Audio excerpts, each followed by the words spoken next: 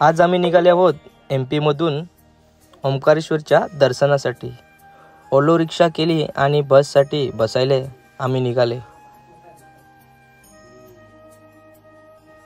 ओंकारेश्वरला कसे पोचाल? देवी अहिल्याबाई होळकर विमानतळ हे इंदोर ओंकारेश्वर पासून जवळचे विमानतळ आहे। इथून तुम्ही ओंकारेश्वरला जाण्यासाठी ट्रेन, बस किंवा कार घेऊ शकतात। ओंकारेश्वर नियमित बस कॅब सर्व्हिसद्वारे इंदोर, खंडवा आणि उज्जैनला चांगले जोडले आहे। ओंकारेश्वरला जाणारे बस जवळच्या शहरांमधून सहज उपलब्ध आहेत।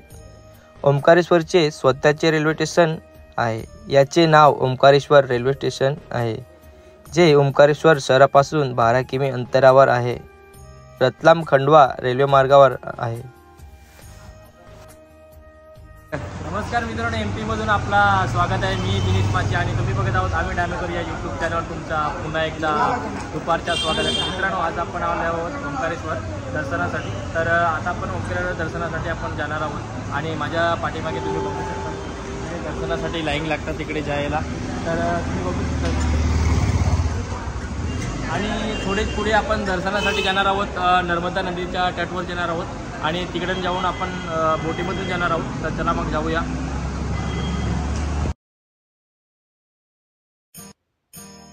ओंकारेश्वर ब्रह्मपुरीच्या घाट चालत जाताना लाखो भाविकांची गर्दी दिसून पडली।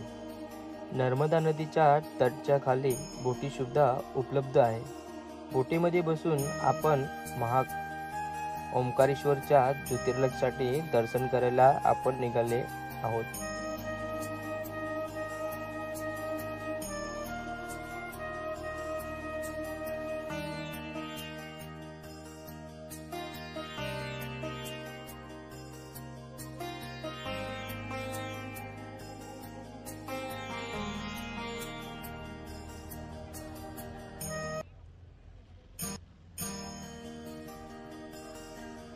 ओंकारेश्वर हे एक हिंदू मंदिर आहे।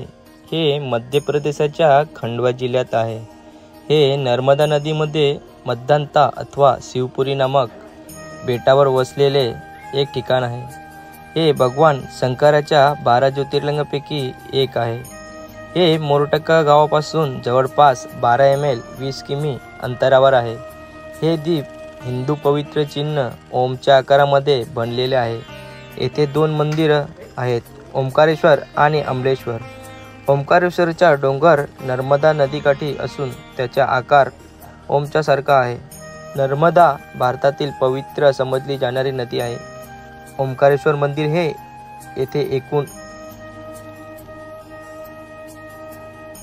याशिवाय 2 ज्योतिस्वरूप लिंगासहित 108 प्रभावशाली शिवलिंग आहेत। मध्य प्रदेशात प्रसिद्ध 12 ज्योतिर्लिंगांपैकी 2 ज्योतिर्लिंग आहेत।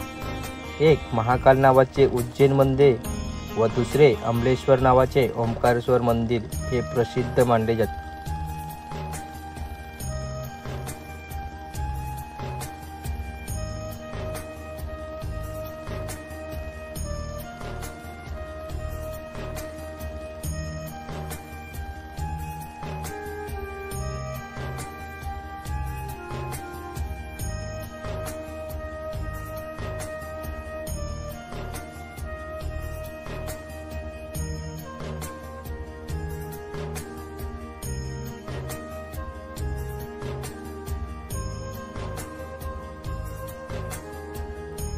ओंकारेश्वरला वर्षाच्या कोणत्याही वेळी भेट दिली जाऊ शकते, परंतु असे म्हटले जाते की जुलै ते एप्रिल महिन्यात भेट देणे हे चांगले ठरते।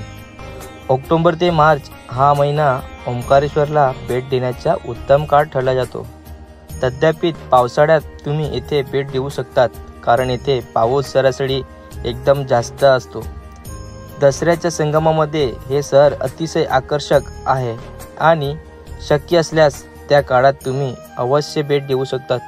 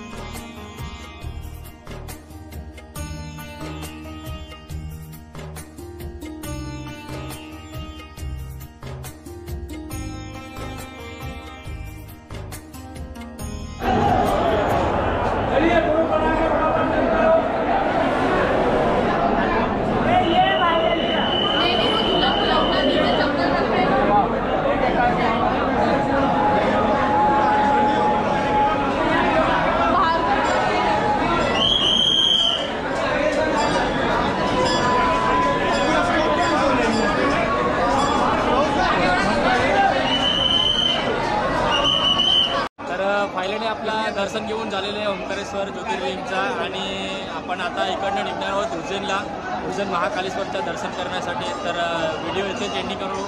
व्हिडिओ आवडला असेल तर नक्की लाईक करा आणि सबस्क्राईब करा आणि दिलेलं असेल बेल आयकॉन प्रेस करा, कारण की माझ्या सर्व व्हिडिओची नोटिफिकेशन तुमच्यापर्यंत करा.